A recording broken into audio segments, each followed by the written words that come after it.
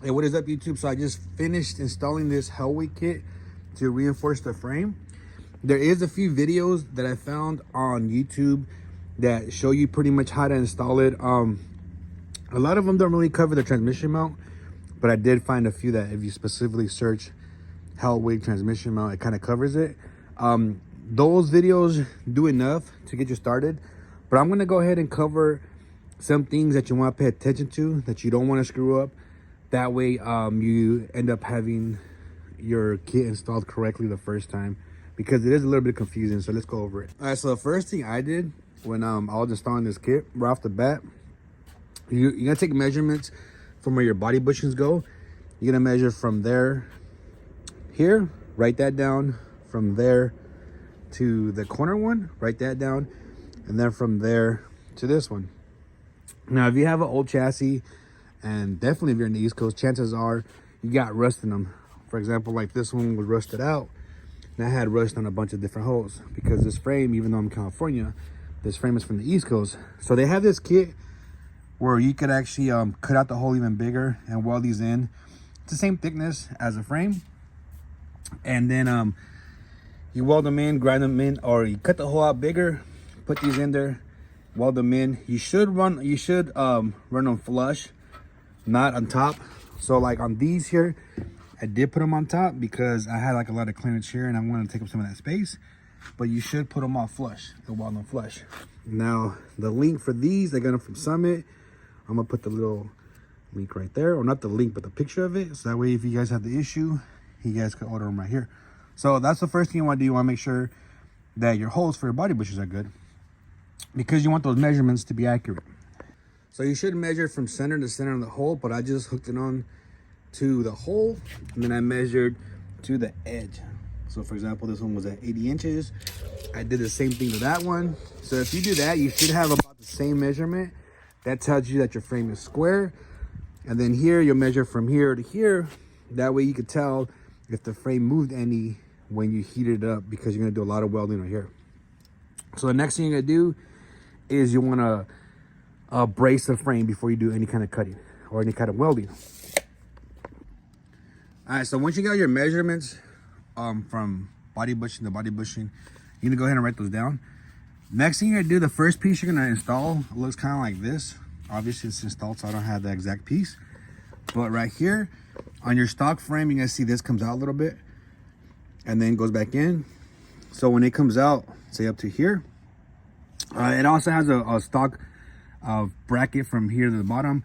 You're gonna cut that out, and you're gonna basically follow the line on the stock frame and cut this across. So you cut out, you can cut a little piece out, and the first piece that goes on, this one will mount up flush here, nice and flat.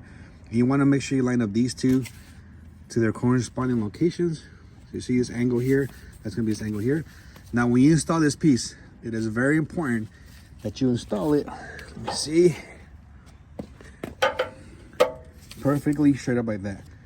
You don't want any kind of, you definitely don't want leaning side to side, and you don't want it to lean this way or lean this way. And then you're gonna check, you're gonna measure it. Well, you're gonna put up one of these angle meters. Ooh, there's air there. Okay, so you're gonna put it up against it to make sure it's perfectly centered, like, oh, not centered, but perfectly zero. You don't want it tilting this way, you don't want it tilting that way. You want to make sure it's zero. Now this is important, because if you don't do that, whenever you weld this piece on, it's going to be at an angle. You want to make sure it's flat.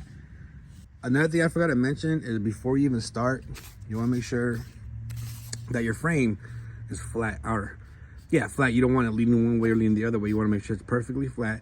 Now we're at a slight incline, so we're like this, which is fine. But if you have a flat surface, even better. Like if you have a garage to do it in, that's even better. But since we're at a slight incline, I measured that and I took that into account. But you definitely don't want your frame to be tilting either way when you start doing the measurements and like that. So once you weld this piece in, that's like the basis of everything. So from here, everything is welded on. You have this little C-clip, or this like little C-channel brace that goes in there. It gets welded up against the face here, and it gets welded up underneath here as well. When you do this, definitely take your time welding it. Definitely do stitch welding. I first do tack welding, and then check your angle, make sure that's good. And then once it's good, you can go ahead and do like longer welds, maybe like up to 1 inch long. And once you put this piece on, that's when you want to brace up your frame. So you're gonna use, I try to use a C channel, even though they recommended like a box 2 by 2 inch square tubing. I try to do this, and when I tacked it in, it was very flexible. Like you'd figure it'd be strong, right? But when I push down it, or when I actually put a strap around the frame and I tighten it up, you can see that flexing. So definitely don't use that. I ended up using 2 of these. So I put one, they tell you to put one, after you weld this piece in, they tell you to put one across from here, right? So putting that on there will keep the frame from collapsing in or bending in. And then you put a strap around it, and that'll keep it from bulging out. So you want to strap it. You want to weld a 2 by 2 piece. This is smaller. That's why I use 2 of them. But you want to put a 2 by 2 piece in the middle, weld it to your frame on both sides so it holds really good. And then you're going to put a strap around that and strap it down nice and snug. Once you do that, then you can start putting the rest of the pieces in. So you definitely want to get one of these. It'll definitely help. Let me turn this shit off. Here's a link for it. I got it from Amazon, or here's a description of it. I can't really post links on YouTube, but you get it from Amazon. And also another thing, obviously besides the metal, another thing you're gonna want to get a tape measure, so that way you can take your measurements. If you don't have a welder, but you know how to weld, and you want to get one, Prime Weld makes some really good welders. That thing was a beast. That's a MIG welder. It's a MIG 180. That's strong enough to weld everything that I did on this frame. If you want to pick that up and you use discount code LSWAPSD, you get a little bit of money off, so that'll help you out. I also recommend getting some clamps. I picked these up at Harbor Freight, but I think they make different ones that are a little bit longer here. You can get those at Lowe's and stuff, because you have to go around here and then clamp the bottom of the frame and pull these pieces down on certain spots, because you can see how it even curves. The frame curves a little bit, it dips down here, and then it dips down here. So you want to clamp it down through your weld, move your clamp it down, tack weld it, so on and so on. So you definitely want to use some clamps for that. So the way I did mine, you put the bottom pieces in first. Once you get those bottom pieces over, these go over it. You do have to do some cutting on the edges to make sure they fit. They do make them a little bit longer, which is nice, because that way you could cut to fit versus them being short. And then this one basically overlaps the bottom one. Did some welding in there, a lot of welding in here. Now when you start welding these big pieces, make sure, like I said, you have that 2 by 2 piece across. You strap it down because you don't want it to warp out. As you're welding it, do a little bit at a time, like here, space them out, and then move over to the other side. If you guys are wondering what I use for the coating, it's Port 15. So on that, it's a 3-step process. You use a degreaser. You can use it from them too, a degreaser to clean the frame. First, bust whatever rust you can off. Use a degreaser. And then there's like a metal etcher that helps the adhesive prime or stick to it. So you use the etcher. You let it sit for like 20 minutes wet. After that, rinse it off with water. And then it turns into like a really like faded color. Like it looks like oxidized almost. And then after that, you could just roll this on with a paintbrush. So far, I like it. It's real durable. It doesn't chip off real easy. And I suck at painting, guys. So like anytime I paint something, it chips real easy. So I like using this stuff. Like I said, it paints on with a paintbrush, and I did the entire frame with it. The last thing you're gonna do is install the transmission mount. So what I did on that one, I put my floor jack underneath here. I obviously bolted up the engine to the frame. This is a LSX 454. I bolted it up to the mounts and everything. So that was bolted up. This was on a transmission jack or a regular floor jack over there. I lifted it up. I bolted up my cross member to this, and it was higher obviously than this because it wouldn't fit in here. So you do have to modify your cross member for transmission, because usually it mounts up in here in the frame, and you can see now it has to mount over here.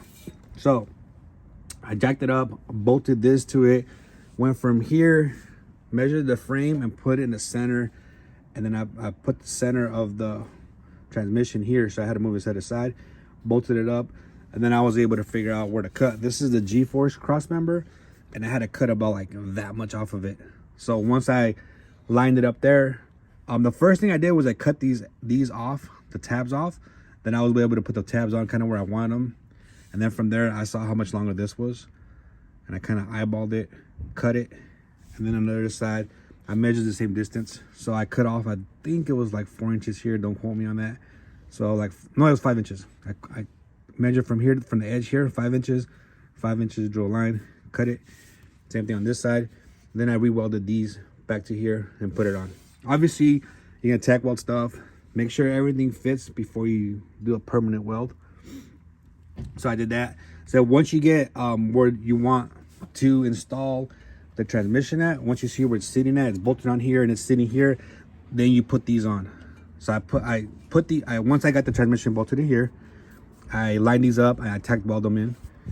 Tack welded this one in, and then I started doing my measurements and cutting from here. But they give you a lot of play here. So you see all this room here. So it doesn't have to be perfect, which is nice, because if the transmission cross member was up here or back here, it still would have fit. But you want to get a ballpark, kind of center it up. Obviously I can't go further this way because this piece is in the way. So I went as far back as I could, welded it in, and then I did my transmission cross member. So once I got the brackets that come with the kit bolted or welded on to here, to the frame, then I was able to use this piece, just lay it on there. Obviously you want a little bit of gap here, because if not, it's gonna be hard to put the cross member in, especially once everything's on, like the body's on. You're gonna have to come in at an angle, slide it in. So you want a little bit of a space here to allow for that. And then once I had the ears cut off, this piece was long, so I had it bolted onto here, and then I was able to eyeball how much I have to cut off to put these, weld these back onto here.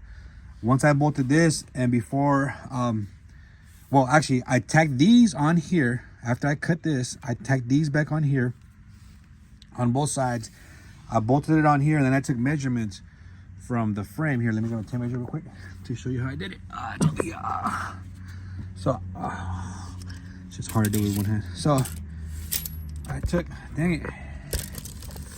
Yeah, so I took measurements from here all the way, I think it was supposed to be magnetic.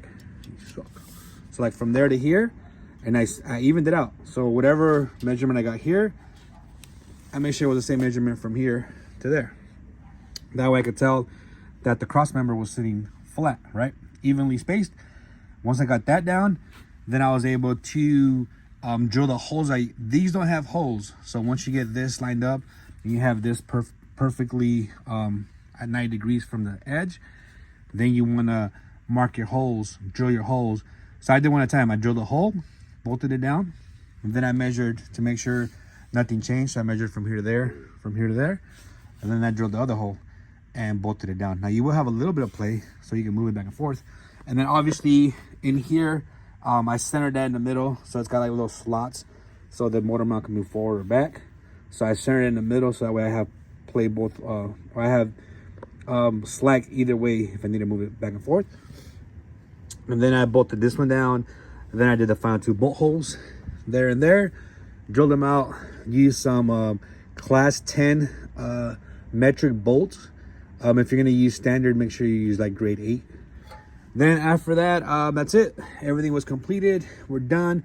If you have questions, comment down below. I don't check my YouTube channel as much, but as I grow, I'll check it more often. I'm usually on Instagram, so definitely follow me on Instagram.